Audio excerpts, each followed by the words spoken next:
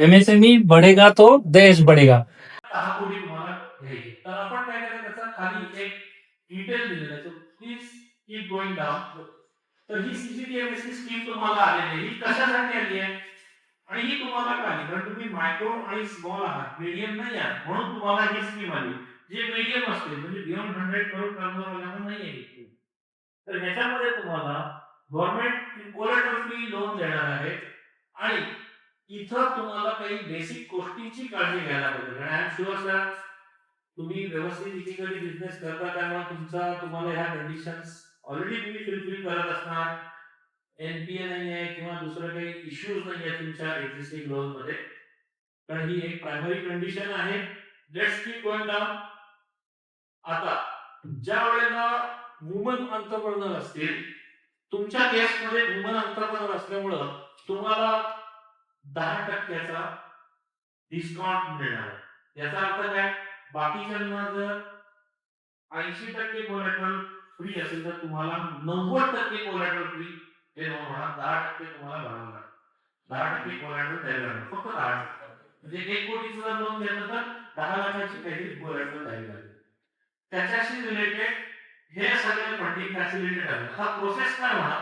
ही एक वेबसाईट आहे आणि प्रत्येक my suggestion is go to website.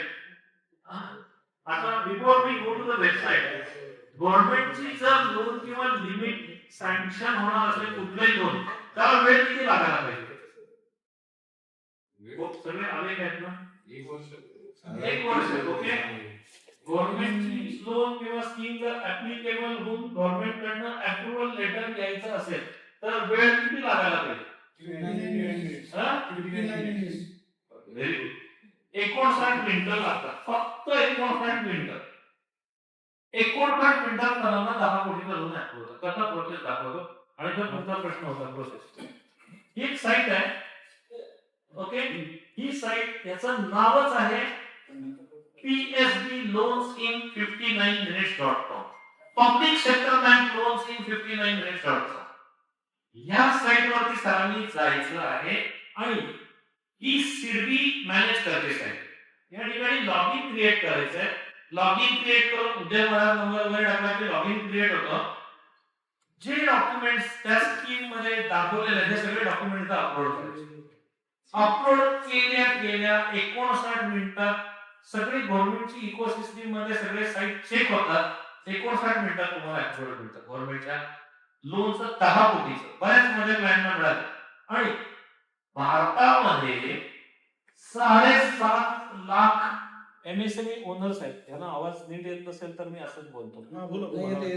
येतोय माईक नाही. माईक धरू का? माईक धरू. बरं. 7.5 लाख एमएसएमई ओनर भारतामध्ये असे आहेत की जे स्मार्ट आहेत. स्मार्ट म्हणजे काय? त्यांनी असे सेशन्स अटेंड केले तुमच्या जागी आणि थोडंसं तरी त्यांनी बघितलं की गव्हर्नमेंट माझ्यासाठी काय करते. आणि अशा 7.5 लाख एमएसएमई ओनरनी गव्हर्नमेंट कडून 74,000 कोटी 59 मिनिटात घेतले. आणि ह्याच्यामधल्या 6,300 एमएसएमई ओनरचे व्हिडिओ टेस्टिमोनियल गव्हर्नमेंट इथं टाकले. म्हणजे तुमच्या मनाचे ते मिसअंडरस्टँडिंग आहे, माझ्यासाठी काही नाही, असलं काही होत नसतंय, सगळं व्हाईट वॉश आहे, टेबला घालणं पैसे द्यायला लागतात, भरपूर गोष्टी बोलतो आपण. हे तुमचं इम्प्रेशन वॉश करण्यासाठी 6,300 video test. Please keep going down. आणि तुम्ही कुणालाही फोन करू शकता, विचारू शकता. 6,300 लोक खोटं नाही बोलणार.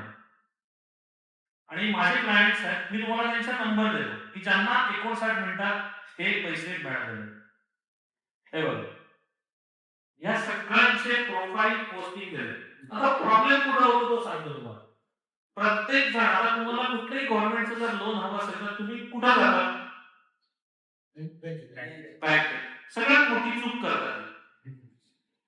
गव्हर्नमेंटचं कुठलंही लोन आणि कुठलीही स्कीम साठी कधी बँकेत जायचं.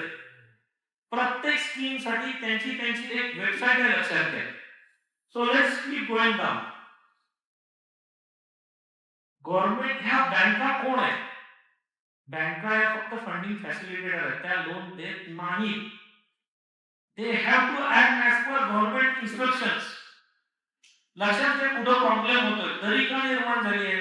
एकीकडे 24,000 कोटी काढून ठेवले आणि एकीकडे 8,000 कोटी पण वाटले गेलेले आहेत.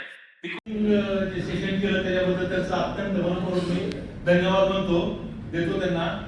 अशाच जर का कार्यक्रम जरी आम्ही जर ऑर्गनाईज केले आमच्या धाराशिवला वगैरे तर आम्ही त्यांना खास विशेष करून बोलूया. त्यासाठी तुम्ही आम्हाला तुमचे जे काही आम्हाला वेळ असेल ते खूप बहुमूल्य वेळ आम्हाला देण्यात यावा. आणि नवीन उद्योजकांसाठी किंवा नवीन स्कीम किंवा ज्यात सांगितलं त्याच्याबद्दल अत्यंत मनपूर्वक तुमचं धन्यवाद देतो. असेच तुमची उत्तर प्रगती हो. SME बढेगा तो देश बढेगा.